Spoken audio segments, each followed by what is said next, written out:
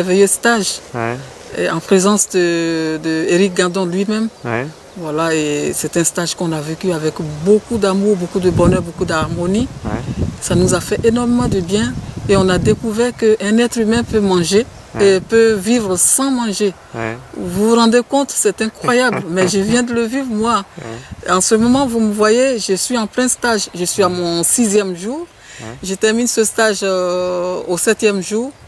Et là, je m'en vais vraiment regorger de beaucoup beaucoup de messages, beaucoup de changements et en même temps avec beaucoup d'amour, quoi. On n'a jamais été erré de cette façon-là.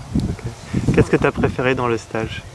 Ce que j'ai préféré dans les stages, c'est vrai que je suis venue pour le jeune, mais il y a l'enseignement aussi qui est là, qui accompagne. Ouais. L'enseignement et l'accompagnement même de Éric Gandon avec sa merveilleuse petite femme du nom de Amadine, Ouais. et elle qui nous a apporté encore un autre enseignement. Ouais. Donc nous sommes allés d'enseignement en enseignement. C'est une dame qui a beaucoup, je crois elle a fait les voyages là au niveau de l'Orient.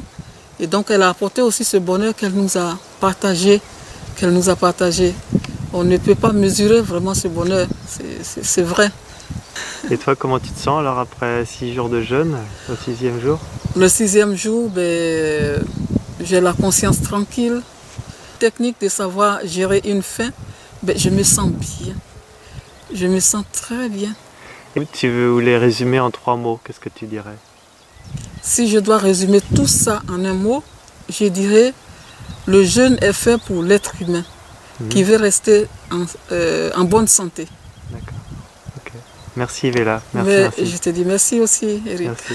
Au revoir. Très bien. Oui, parce qu'au-delà du jeûne en plus, ce que j'y ai trouvé était au-delà de ce que j'imaginais en fait. C'est vraiment le côté psychologique et un peu spirituel quand même. Voilà. Moi déjà le jeûne ça m'apporte de l'espoir dans cette maladie. Je dis pas que j'y trouverai. Non, je change ça. Je coupe ça. Je guéris. En tous les cas, c'est une grande porteur d'espoir. D'accord. Et ok. ça, c'est formidable. Ok, Ouais. très bien. Et t'as aimé les massages? Alors les massages, super. Amandine, elle est extraordinaire. Et vraiment, oui, ça fait du bien. Ces méditations aussi, bol tibétain, ces connexions à la terre, là, c'est superbe. Non, vraiment, très très bien. Elle est vraiment formidable, cette fille. Très bien, merci. Et généreuse. Tous les deux, d'ailleurs, vous êtes généreux. Merci Christine. Ça c'est pour toi cette semaine. Alors ça s'est passé, c'était formidable. Enfin, c'est toujours formidable. C'était peut-être un peu compliqué pour moi parce que j'avais souvent faim. Voilà. Mais du coup, j'avais des petites astuces, on m'a aidé pour avoir moins faim. Qu'est-ce que tu as fait pour la faim? Alors pour la faim, on nous a appris des massages qui permettent donc du coup de couper la faim. On peut boire aussi ou prendre des huiles essentielles comme l'estragon par exemple, qui du coup c'est vraiment instantané quoi. On n'a plus envie de manger quelque chose. Voilà. Et sinon, j'ai découvert surtout un autre monde parce qu'on a fait du yoga, on a fait de la méditation. Et du coup, ça aussi, ça aide à ne plus avoir faim parce que pendant cette semaine, je me suis nourrie d'autres choses. Je me suis nourrie de soleil, comme il fait beau comme aujourd'hui. D'ailleurs, il a fait beau toute la semaine. Je me suis nourrie d'amour aussi par rapport aux autres, de mon amour aussi. Et ça apporte beaucoup. Et du coup, je me dis que parfois, à la place de manger, du coup, je pourrais aussi me nourrir de ça et méditer. J'ai un sentiment assez profond, c'est que depuis que je suis là, je me sens plus seule. Même quand je suis seule, j'ai toujours l'impression d'être connectée à quelque chose. Voilà.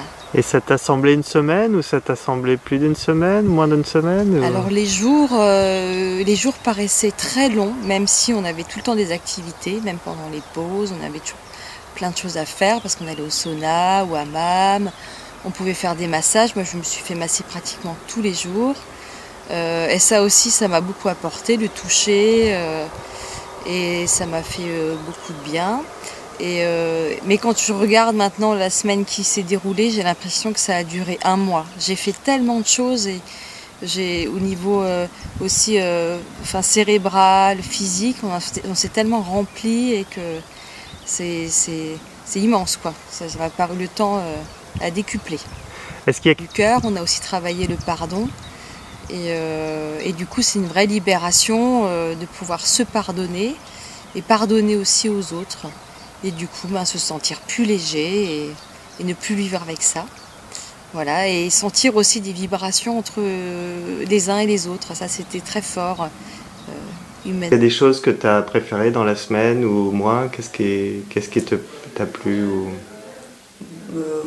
Je pense que j'ai tout apprécié. Ouais.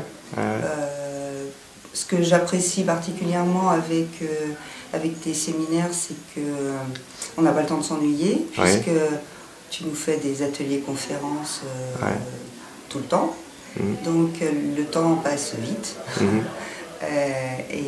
Donc c'est des ateliers conférences que j'écoute pour la 3e fois, mais ça fait rien. J'y entends toujours quelque chose que peut-être j'ai zappé, ou alors le fait que ce ne soient pas les mêmes participants qui posent des questions et que du coup j'entends autre chose. Donc c'est très enrichissant. Vraiment, c'est vrai, je te remercie pour toutes ces conférences que tu nous fais, parce que c'est très instructif, voilà.